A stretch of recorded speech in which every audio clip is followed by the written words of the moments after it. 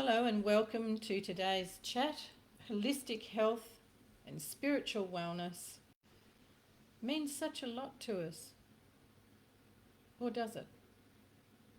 Do we have a really good understanding of what holistic health and spiritual wellness really is? So many words are bandied around these days.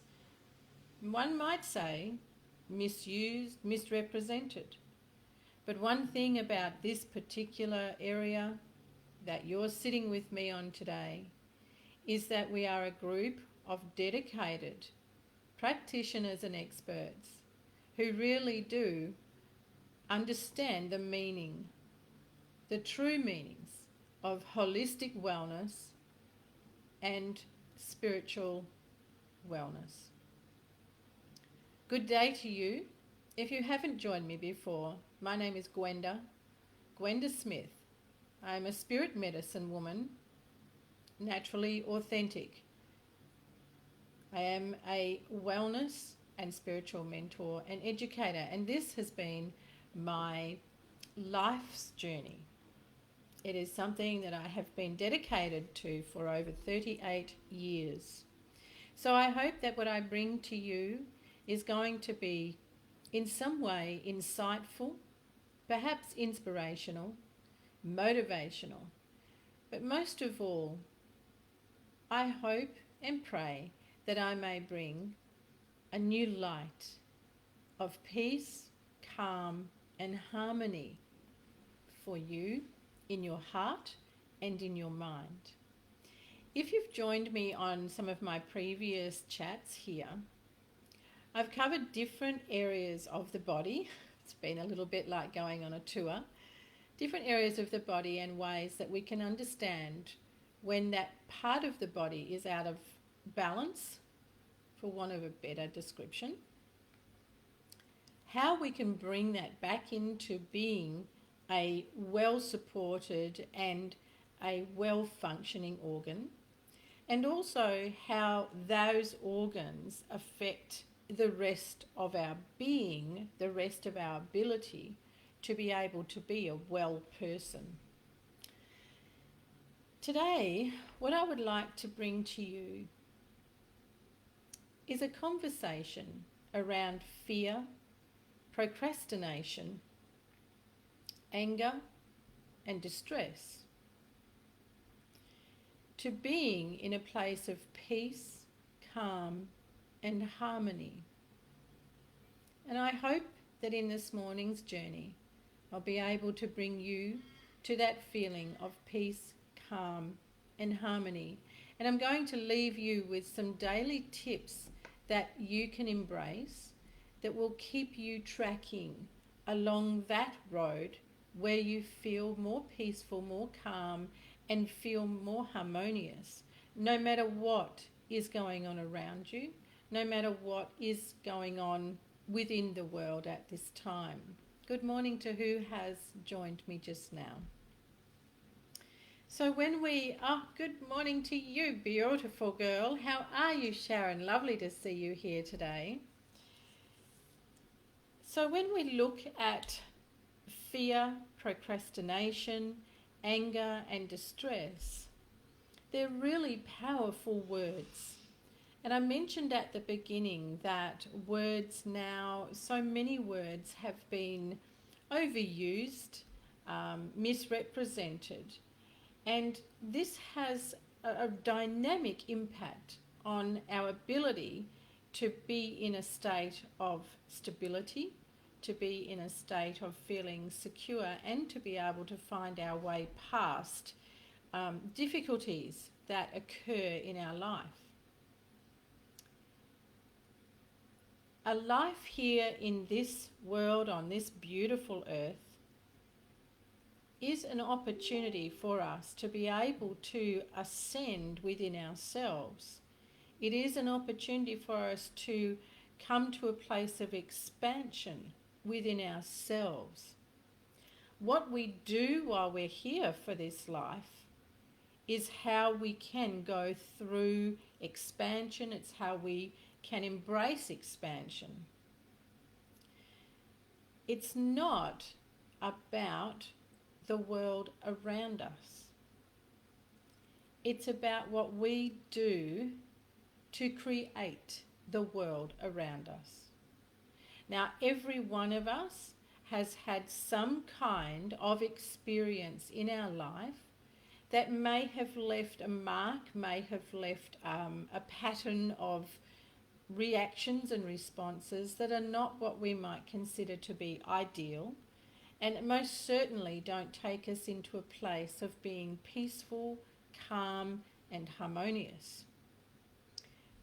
But would it surprise you if I told you that the practices, the easy daily steps I'm going to give you, are all you need to be able to make that transition from being in a place where you are impacted upon, swallowed up by the world around you? It really is, if I dare to say, it really is that simple. Can we move past things that have come down our family line? Yes, we can. Can we heal intergenerational trauma that is nestled, or I prefer to say stamped, upon our DNA? Yes, we can, and I have done that for myself.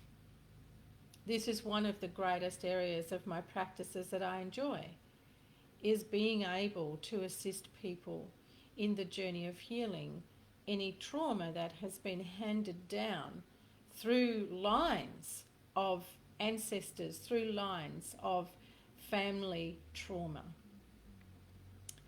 Aside from that, in our own life, as we live each day, we can find ourselves consumed by fear, distress, procrastination, and anger. You might be wondering why I have the word procrastination mixed up in among words like fear, anger, distress. Well, the thing about procrastination is that you are holding yourself back from being able to make a decision or being able to step forward. So most often when we are in a place of procrastination, it is because there is a fear about what happens if we step forward, or can we step forward. Procrastination sits right in the heart of fear, distress, anger, uncertainty, instability. We can be really driven and consumed by procrastination. The thing is that when we come to understand ourselves and the way that we think, the way that we perceive the world around us, the way that we perceive ourselves, this is where we can begin to become more free of fear, procrastination, distress, and anger.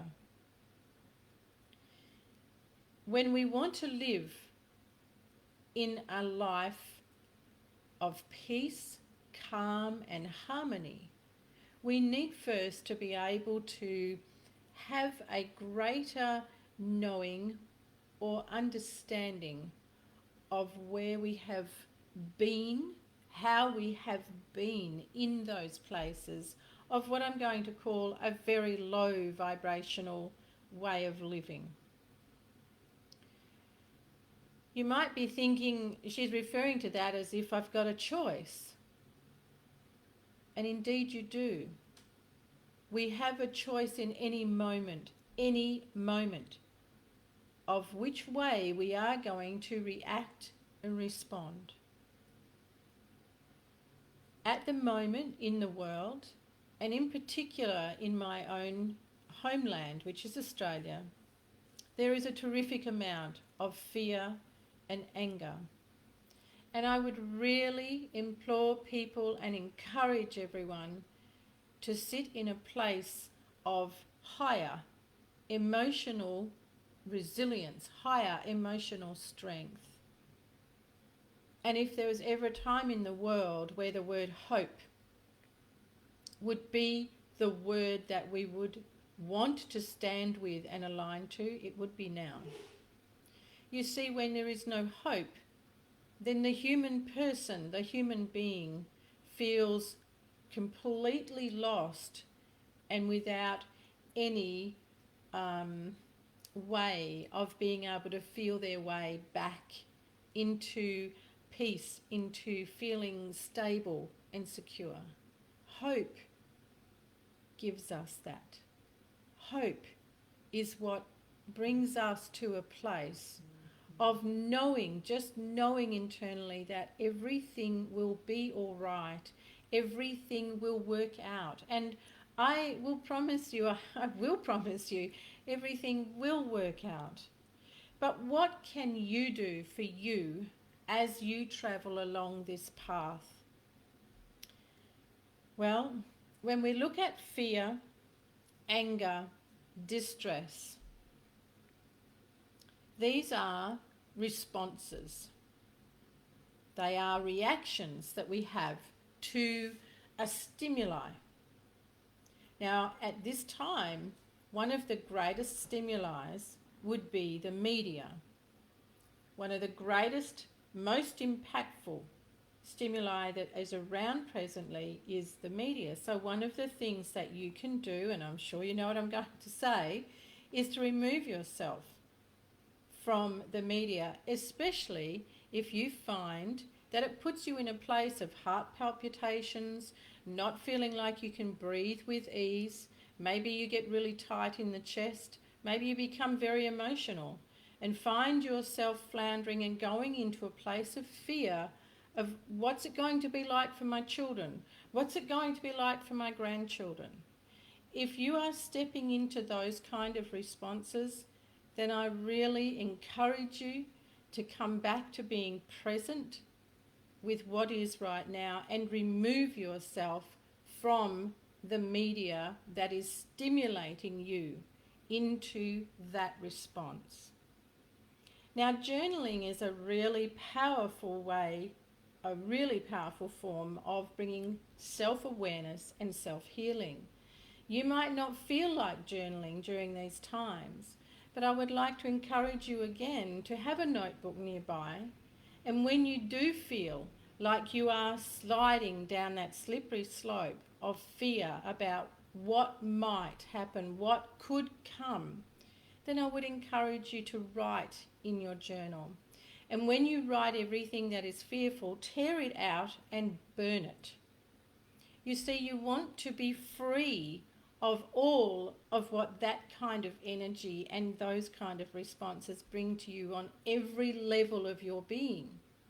If you've sat with me before, you will have heard me talk about the way that our organs are affected on a cellular level from an emotional response.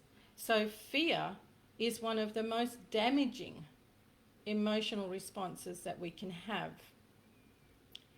Once our health starts to wane, then we really start to lose that hope again. Because once our health starts to wane, we now most often are looking externally to find a solution, which essentially means that we are handing over our responsibility. We are not able to stand in our own power to be able to find our way through the situation. So writing down how you're feeling will really be a help to bringing it out of the body and let you be free of everything that is making you feel constricted, making you tearful, maybe making you angry. Now, anger, these little four powerful words for powerful responses.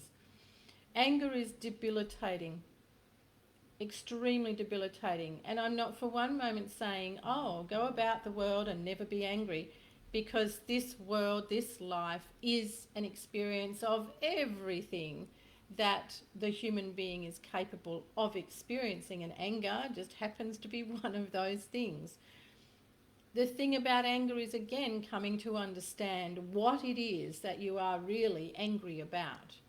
Now, we will respond in anger to, once again, usually an external stimulus.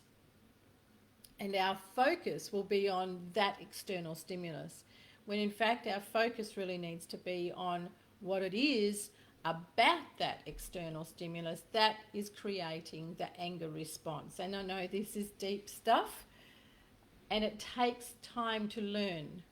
But as I said at the beginning, what I would want to do today is to bring to you some new insights, some new awarenesses, so that you can navigate your way through fear, procrastination, distress and anger to being in a place of peace, calm and harmony. Peace, calm and harmony are yours to have every day, no matter what is going on. So to get to that place is one, to recognize what it is that you are feeling, how it is that you are responding, and then make a choice on what it is you would like to do with that.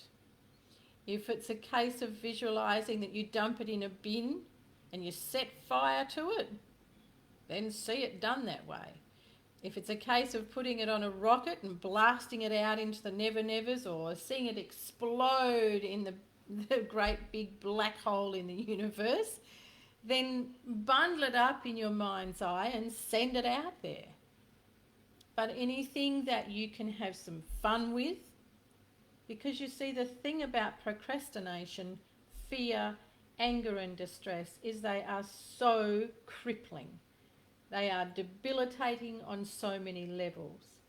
But the more aware you are and the more you take responsibility for feeling those ways, the stronger you will be.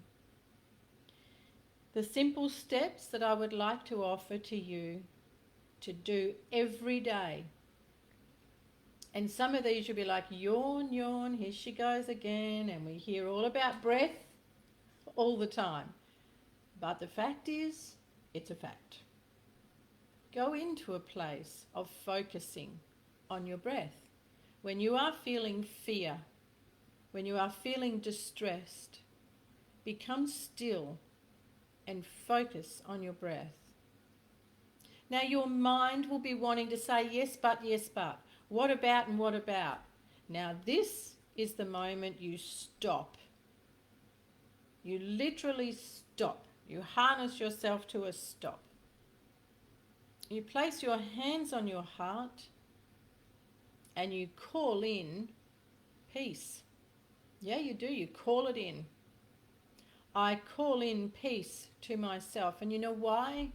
Because your mind cannot override that command.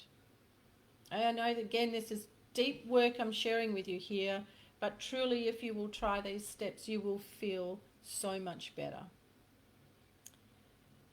Quietening the mind is not something that people who live externally find easy to do. But these steps that I offer you today are your way of getting there. Stillness, as I've mentioned. So simply stopping. When you find yourself, perhaps you're washing the dishes, and as you're washing the dishes you notice that you're getting really wound up, you're getting really angry about what's been going on, or you're angry about that external stimuli. Stop. Stop. Either take your hands out of the sink and place them on the edge of the sink, or completely step away and place them both across your chest. And stop. In that very moment, you bring stillness, you bring calm to your central nervous system. You give your heart a chance to slow down. It is as instant as it is to be angry. We are an incredible being. We truly are. We just need to know how to drive ourselves in a more optimal state of harmony, peace and calm. Be in good company. So I mentioned media. Media is not good company. So if you are watching some kind of movie, some kind of documentary, anything Anything that is triggering you on an emotional level and putting you into a place of fear, procrastination, anger or distress, move away. And choose to be in good company. Now, are you your own best good company? If you're not, you need to work on being so. Choose to be in good company by choosing to be with people who bring you laughter, who can talk about things that make you think beyond your normal range of thinking. Choose to be in good company with a book that is inspirational, a book that opens you up to possibilities and dreams. Be in good company with yourself with an art pad, some paints. Be in good company with someone whom you just love to be in the company of. But you know what? Most of all, I'd like you to learn to be your very own best company. Embrace and engage in strong, uplifting conversations.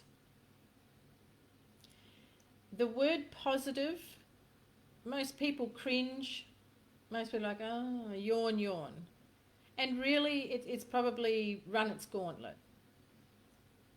But I'd like you to embrace strong, uplifting conversations. Anything less, walk away.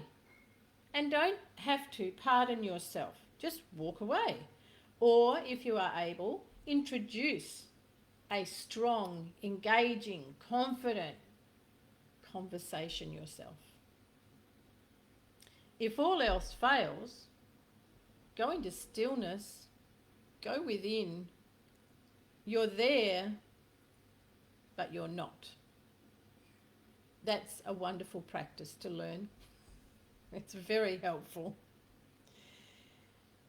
Food, air, movement, water, sunshine, nature. All very vital. So moving from fear, procrastination, anger and distress to peace, calm and harmony, you can do through those simple steps every day. They are simple to apply, they are simple to live by, and the only thing that will stop you is your mind, the company you keep, the things you watch and read. You make a choice to choose to change, and you make that choice in every moment, because it is only in every moment that you can have a reaction. So in every moment you can make a choice to choose to change. You can have fun exploring your perceptions. These are my favourite words at the moment: perception and perspective. They are really powerful words, and when you have them well in your library of you, everything that is you, then you live a far more powerful life. And in that comes peace, calm and harmony. Thank you for joining me today. I wish you well, and I ask that you live always with hope in your heart, and that you be still, peaceful, calm and harmonious. And this is Gwenda, spirit medicine woman, holistic and wellness spiritual mentor and educator. And I'll see you on Friday. I look forward to having you here. Bye for now. And thank you for joining me, Sharon, and Holistic Living Magazine.